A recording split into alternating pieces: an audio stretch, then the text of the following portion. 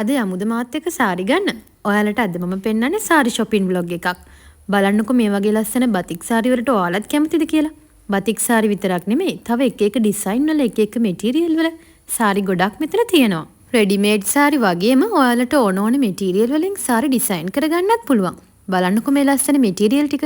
මේ ඕනම එකකින් ඔයාලට කුර්තාස්, ලෙහෙංගා, සාරීස් මේ ඕනම එකක් හදාගන්න පුළුවන්. එච්චරයි කියලාද හිතුවේ?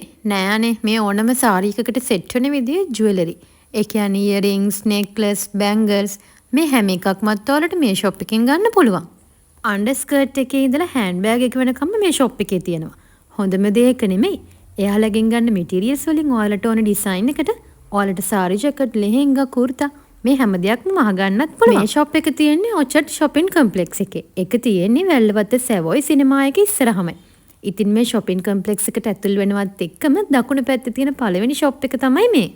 ඔයාලා කිව්වට විශ්වාස කරනවද? පිස්සු හදන විදිහේ brocade material set එකක්ම තිබ්බා.